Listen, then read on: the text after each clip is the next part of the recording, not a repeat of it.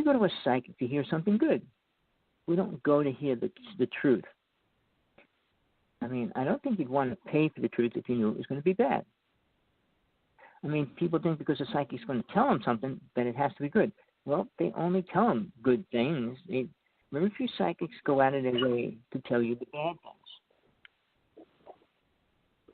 So when we think about what we're going to do with our life, what kind of jobs we're going to take, even that is critical to karma.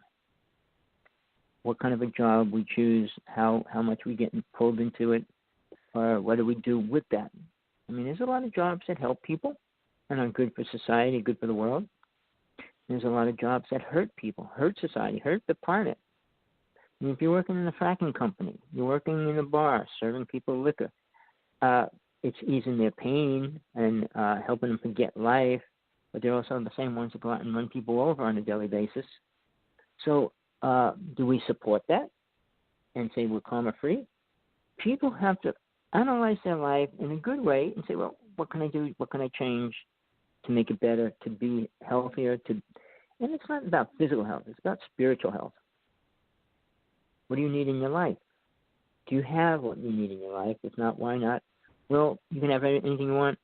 Well, don't ask for $10 million tomorrow, but to have a mate, a partner that's in tune with you is even an incredible gift. But how you get along and what you do together and everything else could be karma or less karma.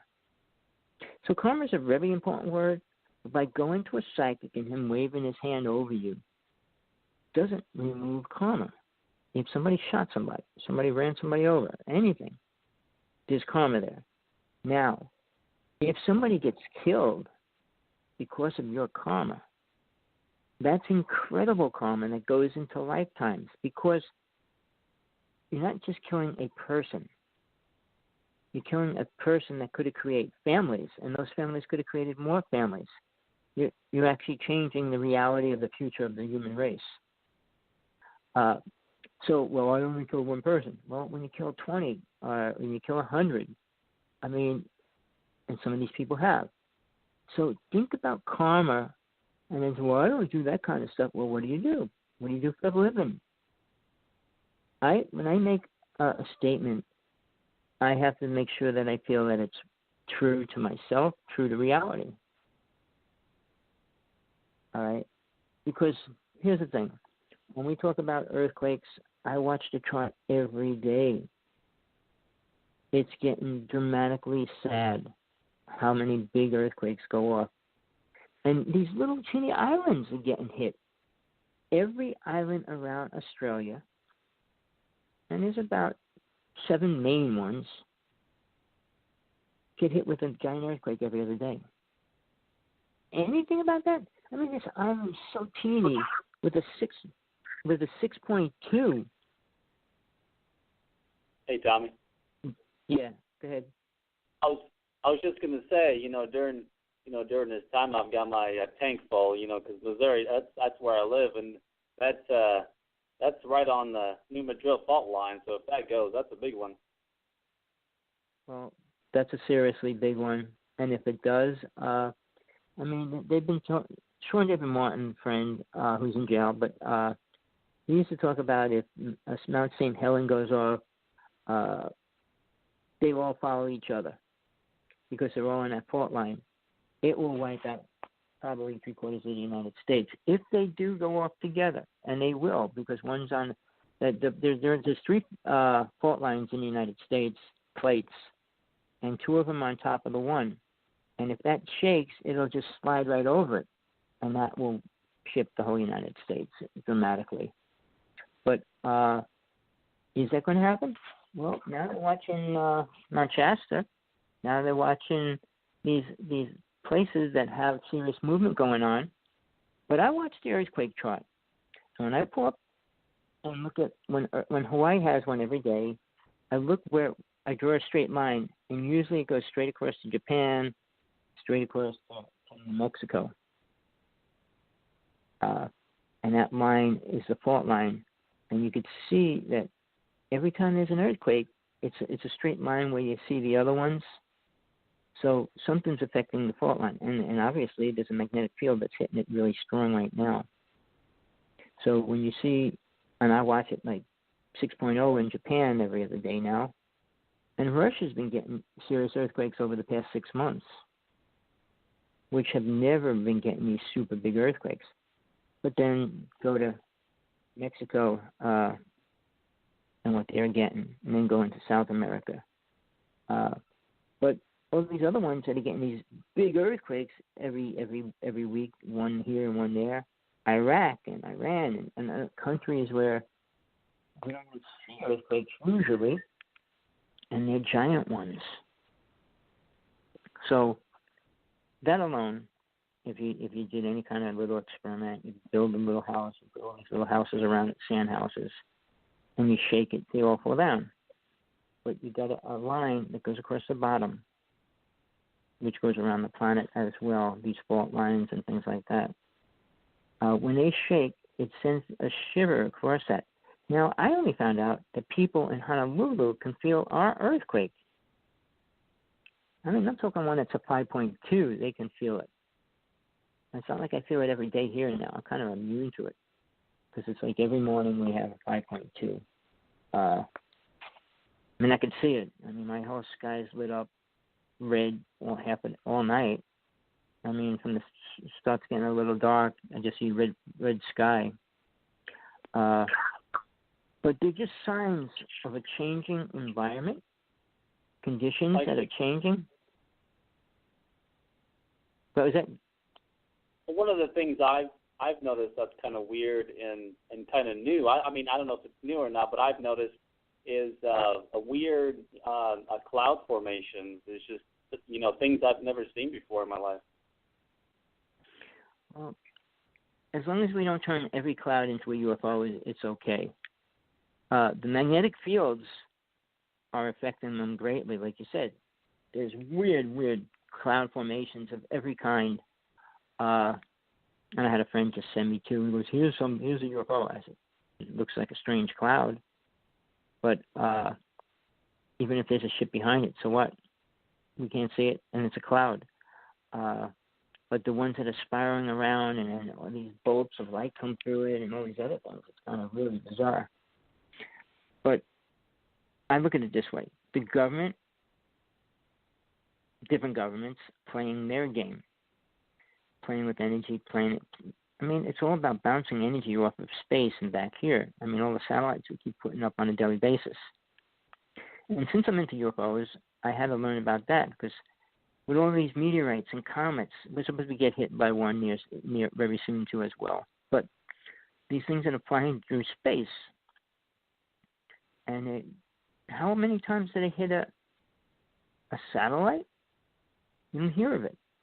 I mean, you think our TV got whacked out, satellite got hit by a shooting star, comet, meteorite, something. But you don't hear it. But the other thing that I learned, which is pretty important, and I think people should recognize this because everything's not a UFO. I mean, everything's not a satellite when you see it moving in space either. The average satellite is no bigger than a truck. I would say a trailer truck. That's the biggest one. But many of them today are the size of a big computer. And then just think how many they could put on one rocket that they shoot up. So, and they even said now the newest technology, they can, and I'm talking about a satellite. I'm not talking about a battery. I'm talking about a satellite being the size of a matchbox. Imagine that. Well, you know what's funny? I think it's funny. Weird. I call it Weird Wednesday. But what's really funny, the smaller they make it, the better it is. I mean, go from the original 8-track tapes to a CD, how it shrunk and changed. I mean, things that get smaller, like when they invented the test tubes and they created a transistor. And they shrunk all those tubes into this little transistor. And they have these smaller things that are complete units within a dot. So when you look inside your TV, you see this little circuit board, and that's the whole thing. In the old days, you had 20 tubes. And technology, when it shrinks, it becomes better. Now, on that theory, making things better by making them little, we can't do that with our hands and fingers, can we? Everything's relying on robot technology to make the things that are high-tech. So that should be scary to people thinking about their jobs. I mean, when they created machines to make cars, it put so many people out of business. Now they got 3D printing, and now they can print houses, and they're doing it. I don't know what they charge. Somebody I was dealing with over the weekend, he has three 3D printers, and he says he's working with them and stuff. But the newest technology, and I'm just going to throw it all in there because it's a part of what's happening, is this new synthetic substance they came out with, which they weave and make skin out of. Then on a robot, but here's the other thing which they're doing. Let's not put all that metal inside the robot. Let's make synthetic bones and use airbags and energy like that to make these muscles move and things. So rather than having a solid steel robot, you can have something that feels and looks like a real human. And this whole article, what was that? Well, I was just about to say that's an interesting point because I've noticed a lot of the new movies that are going to come out are about AI and the mix between human and artificial intelligence. So, well, if people don't catch on and don't become aware of that, they're going to sink right into it. But once it's done, yeah, if you can create a robot like a human, you don't need the human. That robot will work 24 hours day and night without food. So you're going to be in the positive after you pay for the robot. So, but the other thing is, on the sexual end of that, these robots they're making, you give them your pictures of your wife or your husband. You give them a recording of their voice, and they program their voice and their look into this robot. I mean, the words are used cyborg and all these other weird names, but it looks and sounds like your partner, your wife, your husband. I don't know what they're going to sell them for.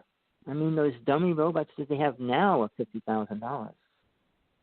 The ones that are lifelike and talk and do some things and everything, but they're not made in your partner's image. So technology's making money any which way they can. And obviously, millionaires can play with that kind of game and have fun with it right away.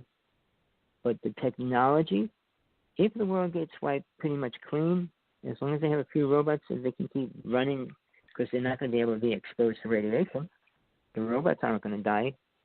But then again, that's an iffy thing too, because I know when Fukushima happened, they started sending robots in there a couple years ago, and the robots were just burning out.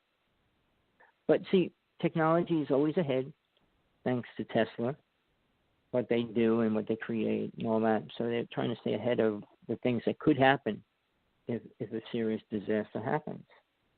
So these robots are being manufactured already. How fast is the average person going to get one? Does the average person really want one? Well, no. Put the bottle underneath the sink. Hold on. All right.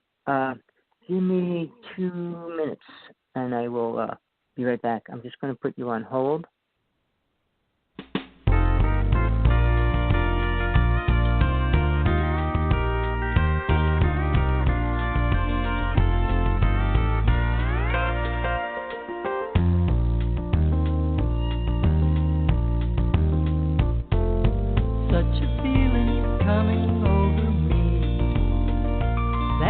Wonder and most everything